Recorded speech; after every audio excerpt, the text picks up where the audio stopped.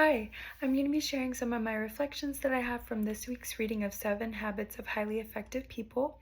I read part 2, which covers habits 1, 2, and 3, and so I'm going to be sharing some of the takeaways that I have from each of those sections.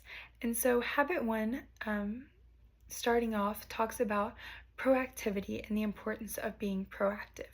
And so basically what proactivity means is no matter the circumstances, no matter the situation, it means focusing on finding a solution to a problem instead of focusing on the stress. And so the author talks about how we each have ownership of our actions, of our behaviors, our mindsets, and how every behavior is a decision that we make. It is not, we cannot blame it on our conditions, on the circumstances. We have the power to control our responses and our behaviors. And so, no matter what the situation is, our response to it is a decision that we make, and we need to make sure that we are proactive, and that our decisions, our reactions, our responses are focused on taking responsibility, finding a solution, and not focusing on the stress and the emotion. And so I thought that this was a really great point, something I try to implement in my work and definitely need to continue to work on, because when we're having events, we can have anywhere from 300 to 500 people. Sometimes they're one-day events, sometimes they're two-day events. And so no matter how much I plan, no matter how much I make contingency plans, or try to think through everything, there's always going to be something that comes along that's unexpected when you have that many people.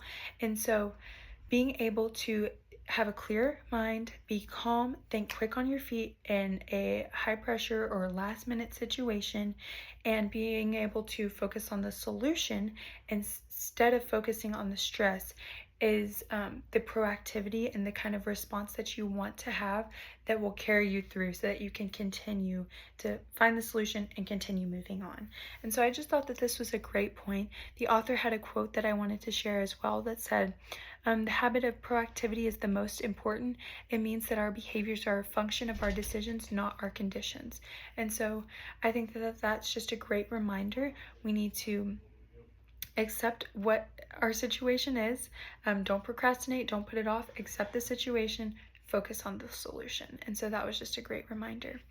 The second habit that I want to talk about is beginning with the end in mind. And so focusing on your end goals, focusing on your mission statement, how you're going to reach your goals, and really understanding the purpose behind your work.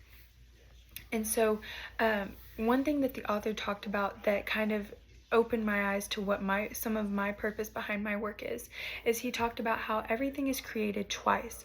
And so you first have the mental creation and then you have the physical creation. And so that is one of the things, I just love that concept because it put into words one of the things that I love most about doing events. And that is being able to envision it in my mind and then being able to see it come to life. And I just love being able to provide that experience for the guest, for the client, the customer, the people that you work for, whoever it may be.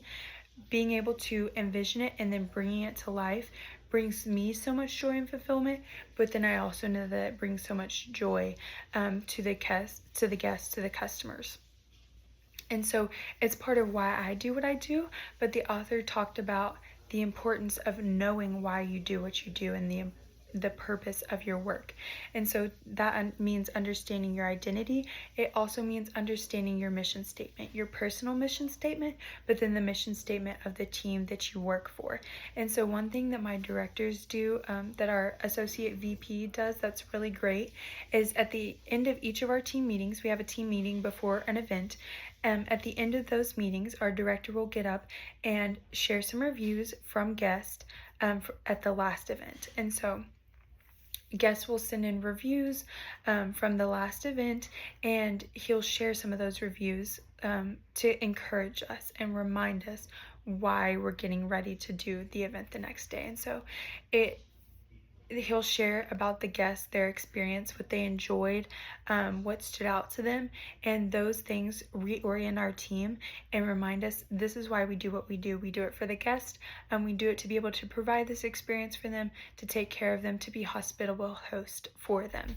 And so I just think that that's a great reminder.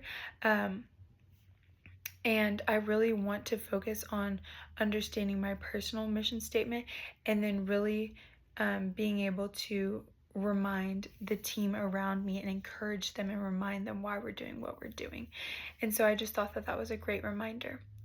Then for habit 3, the author talks about priorities, putting first things first, and understanding what you value the most and really prioritizing that every day.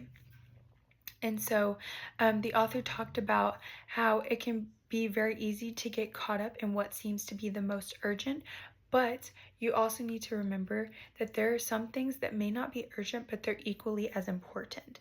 And so for me, that can mean right now I'm in a season where we're doing orientations back to back to back. And so sometimes it's very easy to get caught up in what seems to be urgent, and that means just I finished one, get ready for the next one the next day. And so although that may be what's most urgent, sometimes I need to focus on things like reflecting after each event, seeing, okay, here's what happened, here's some problems that we saw, how can we make those better, how can we find solutions. Also reorienting the team, continuing to encourage people, continuing to remind them why we're doing what we're doing, and being able to build relationships. All those things are very important and very needed in order to have a team that is cohesive, that works together, that is finding solutions to problems that are seen. And it also helps your team to understand the purpose behind their work, because if a team doesn't understand why they're doing what they're doing, the author had a great quote that said, "No involvement, no commitment." So he was talking about teams and how if employees don't understand why they do their work, they're not going to do it to the best of their abilities. And so it's important, very, very important, even though it may not seem urgent, even though I may be thinking about the reports that I need to send out or the spreadsheets that I need to get together, whatever it may be, is also equally as important to focus on reflecting, prioritizing your team, taking care of your team, and doing the things that are important even though they're not urgent. And so I just thought that the author made some great points in part 1 of this book, and some of the takeaways that I had were really taking responsibility for your actions, understanding that your behaviors are decisions that you make, and then knowing the purpose behind the work that you're doing, and understanding the mission statement to how you're and the goals to how you're going to get to your end point, and then setting priorities so that you can make sure that you are staying on track with your mission statement, staying on track with your goals. And so these are great principles that I'm hoping to continue to apply, and that I really want to continue using as I carry on the next few weeks. And they have just been great reminders and are continuing to reshape the way that I work and the way that I view my job as I work through this internship. And so thank you for listening to my reflections, and I hope you have a great day.